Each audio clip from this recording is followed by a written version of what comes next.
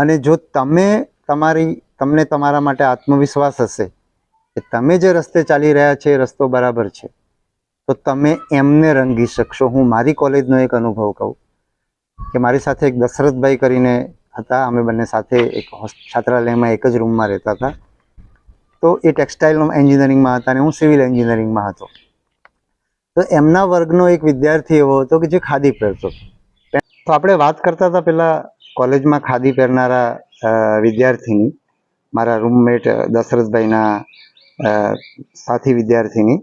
તો પહેલાં એની ટીકા કરતા હતા કે ભાઈ આ તો કેવો માણસ છે, ખાદી પહેરે, આખી જુદી વાત કરે, બધા કરતાં સાવ જુદો છે. 6-1 મહિના પછી એના વખાણ કરવા માંડ્યા કે આ કેવો જોરદાર માણસ છે, એમ ખાદી પહેરે છે, એનો વિચાર પણ બધા કરતાં જુદો છે. એટલે જ્યારે આપણે કંઈ પણ નવું કરીશું ને, તો સમાજનો મોટા ભાગનો વર્ગ કાડરિયા પ્રવાહની જેમ ચાલવા વાળો છે. એટલે એને ગમશે નહીં, બલકે એને પડકાર થશે એનું જે ગાડરિયા પ્રવાહમાં ચાલવાની જે રીત છે એની સામે.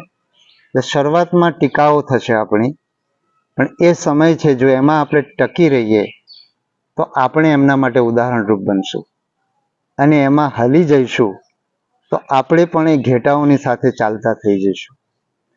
ગાંધીજીએ આ અનુભવ કર્યો, માંસાહાર કર્યો, પણ એમની પાસે એના પહેલાંનું સંસ્કાર ભાથું હતું.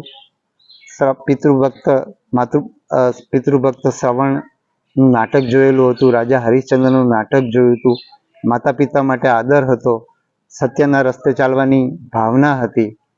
એટલે માંસાહાર કર્યા પછી જ્યારે જે દિવસે માંસાહાર કર્યો હોય એને ઘરે માં પૂછે અને જે જવાબ આપવો પડે કે મને આજે ભૂખ નથી ને મારે જમવું નથી, એ ખોટું બોલવું પડે છે અને માં પાસે ખોટું બોલવું પડે છે. એ એમને ન ગમ્યું, એના કારણે એમણે માંસાહાર બંધ કર્યો. મિત્રોની સોબતના કારણે ધૂમ્રપાન પણ કર્યું હતું.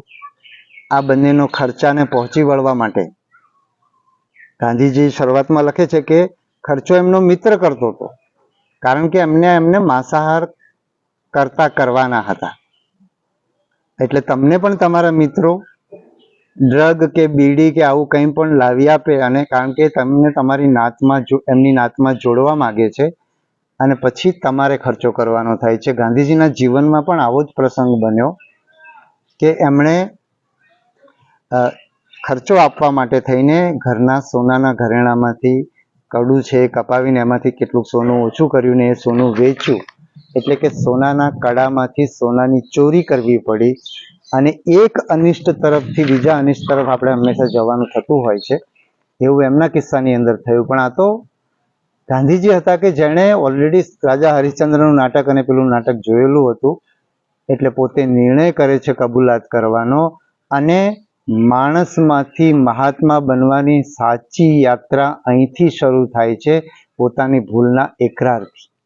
પોતે ચિઠ્ઠી લખે છે, ચિઠ્ઠી લઈને પિતા સમક્ષ જાય છે, ચિઠ્ઠીની અંદર શિક્ષાની માગણી કરે છે. ચિઠ્ઠી પિતાને આપે છે, સામે બેસે છે, કારણ કે પિતાએ જે કંઈ શિક્ષા કરવી હોય એ શિક્ષા પિતા કરી શકે. પિતાને એ વખતે ભગંદરની બીમારી હતી, માંદગીના બિછાના ઉપર હતા. એ ચિઠ્ઠી વાંચે છે અને એમના આંખમાંથી આંસુના બિંદુઓ પડે છે અને એ પોતે એક શબ્દ બોલતા નથી. મોહનદાસ સામે બેઠેલા છે શિક્ષાની તૈયારી સાથે, પણ એક શબ્દ શિક્ષાની વાત તો બાજુ પર રહી, પણ એક શબ્દ પિતા બોલતા નથી. અને ગાંધીજી આત્મકથામાં લખે છે કે આ મોતી બિંદુ એટલે કે અશ્રુના બિંદુઓએ મને ભીંજવ્યો અને મારા માટે આ પહેલો પદાર્થ પાઠ, અહિંસાનો પહેલો પદાર્થ પાઠ હતો.